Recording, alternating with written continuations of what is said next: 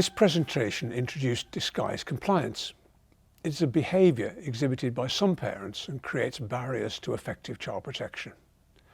The focus on change and measure elements of the effective child protection model have been described as a guard against disguise compliance in casework.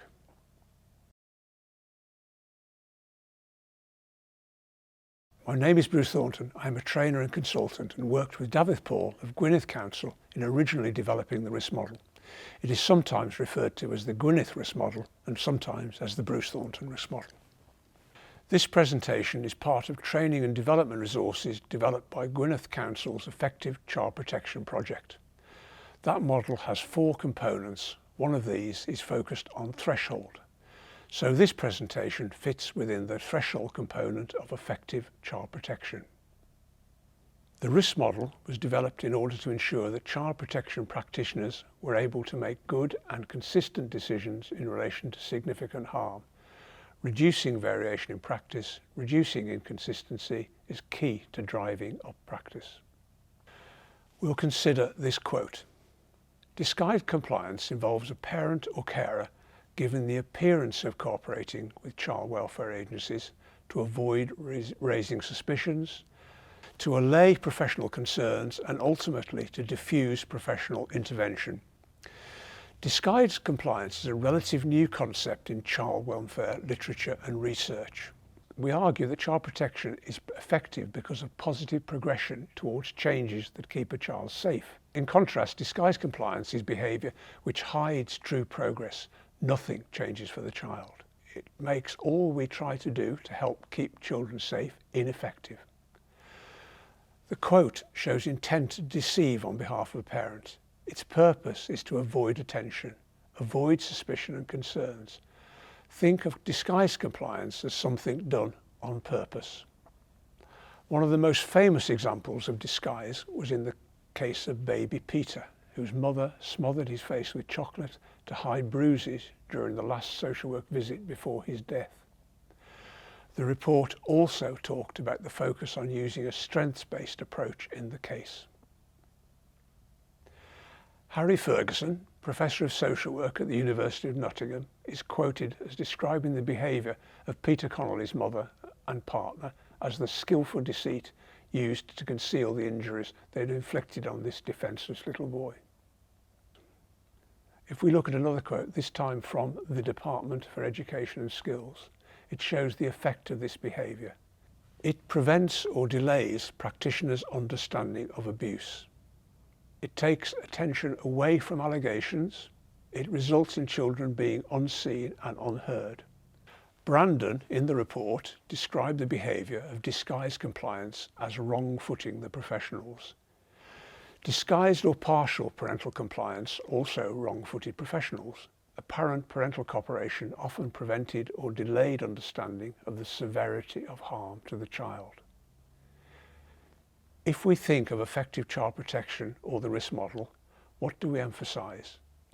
We talk about questions to ask and how to ask these, of assessments and analysis and making consistent decisions.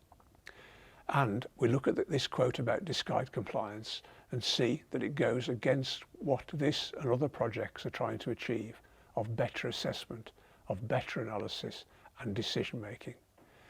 Disguised compliance results in practitioners who are wrong-footed, children who are unheard and unseen, and delays to the understanding of the severity of abuse. So, a potentially dramatic impact on practice. The challenge is to accurately identify disguised compliance and once identified, have interventions to respond to its threat. If we consider these examples, they are actions or behaviours which can be interpreted in several ways.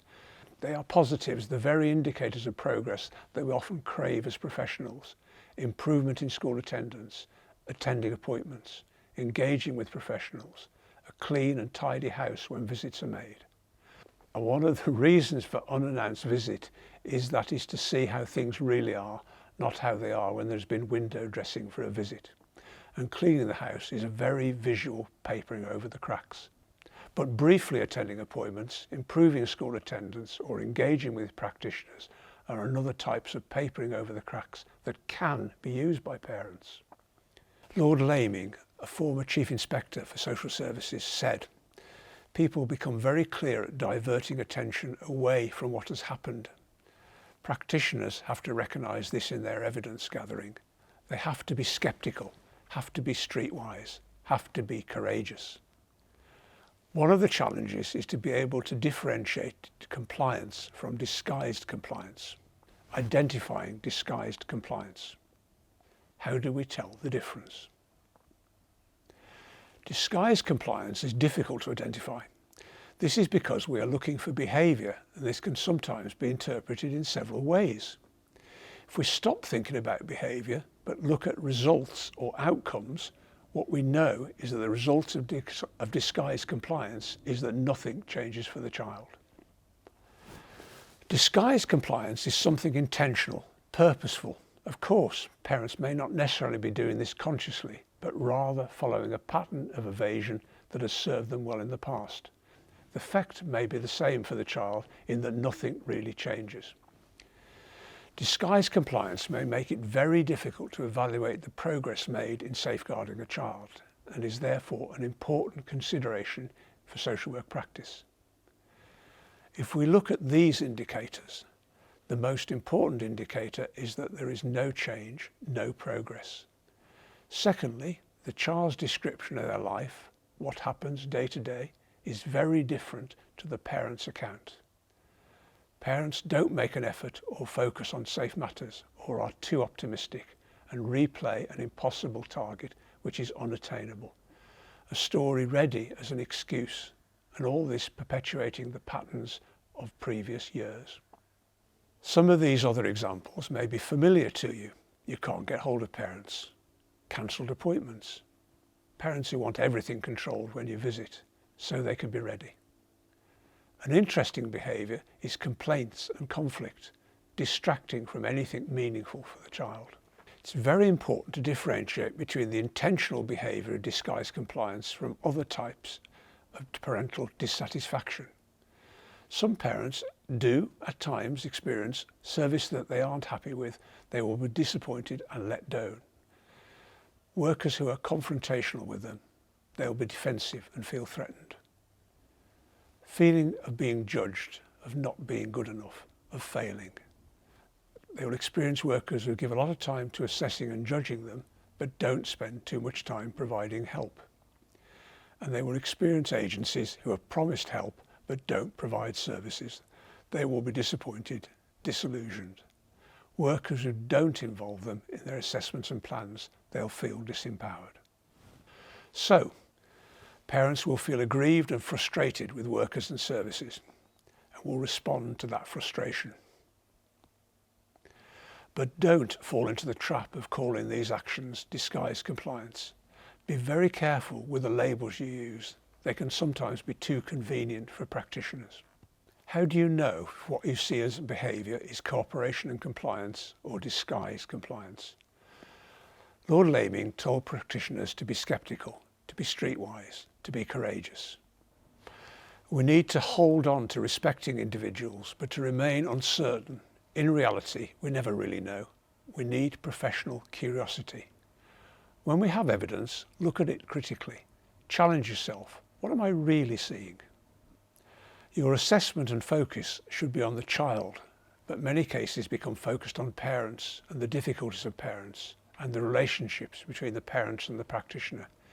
Keep your focus on the relationship between the parent and the child. What do you see? What do you know?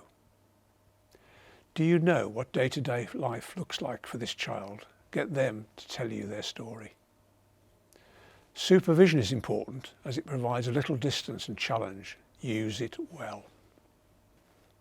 We talk a lot these days about strengths-based practice, the need to see positive strengths and capabilities, not just what people fail to do, not just their deficits.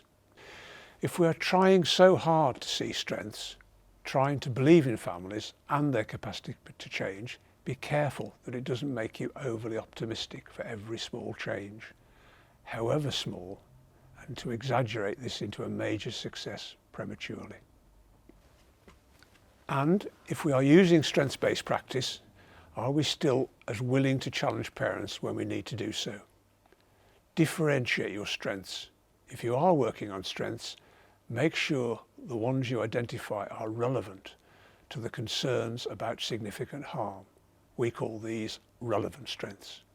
Don't get sidetracked with irrelevant strengths in your effort to identify any strengths in a case, and don't look for any success celebrating too soon.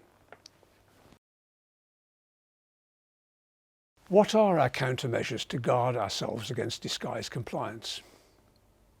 Disguised compliance is a particularly common label used in discussions in child protection, sometimes inappropriately. However, practitioners will want to make sure they don't make mistakes with it. They don't want to get caught out. Effective child protection addresses many of the problems with disguised compliance. If we look at the list of common symptoms of potential disguised compliance, we can see how effective child protection and similar approaches provide you with a countermeasure, a defence against it. First of all, disguised compliance means that nothing really changes for the child. If we look at two of the areas of effective child protection, the focus on change is about identifying what needs to change to address significant harm, and measure is about tracking progress from not good enough to good enough care. If we use these two elements, it will not be possible for any lack of progress to be invisible, and once it is seen clearly and seen as an issue, it can be addressed. It is no longer hidden or disguised. The tools in change and measure, for example, steps to change, create these negotiated progressions where the goals are clear and agreed. We talk a lot about changes, readiness and capacity. There are approaches we have to formally use to assess this. The change model, 7 steps of contemplation, continuum motivation. Another difficulty is confrontation and the use of formal approaches such as motivational interviewing or collaborative conversation tries to keep conversation effective, non-confrontational. As practitioners, can we talk about and describe what the child's life really is like, day to day? Do we really know, or are we making assessments based on what parents are telling us? Have we spoken to the child about this? Have we understood? If so, not only can we measure progress and keep focus on change, but we'll also know from the child's experience whether life is becoming better for them. Disguised compliance is a new field. There isn't a lot of evidence about its impact on practice outcomes. It's early days. However, serious case reviews, 75% mention parents being uncooperative. So, what does this really mean, being uncooperative? Is this an issue with parents or a failing for agencies to effectively engage with parents? We have duties in relation to protecting children from harm. It becomes our responsibility to make this work, to create the conclusions for collaboration. 75% uncooperative sounds the more of a statement about the failure of an agency and practice to engage with families than it is about the intrinsic nature of families. So, if practitioners describe parents as uncooperative, what do we know about what works? What is effective intervention? Fundamental is the quality of the relationship between parent and practitioner, built on foundations of trust, respect, being treated with dignity. Parents being involved in their care, not done to. The idea of collaborating. How often have we heard about all the focus on assessing, but little availability of services to truly help families? So, providing practical help for now, but also building their skills and resilience for the future. And lastly, the importance of building stability for children in the relationships they have with whoever is caring for them. What are some of the key messages? You need to understand disguised compliance, what it is and what it is not. Become familiar with theories about change. Assess and understand capacity to change. For example, if someone still hasn't accepted that they need to change, your interventions are not likely to be successful. Listen out for external motivation to change, a possible warning flag. Effective child protection emphasise the focus on change, but not any old change. Changes that make a difference to keeping a child safe And it's not just the key practitioner. Make sure all the agencies have a focus on the same important change. Measure progress to see if anything is changing for the child. What does this child's world look like?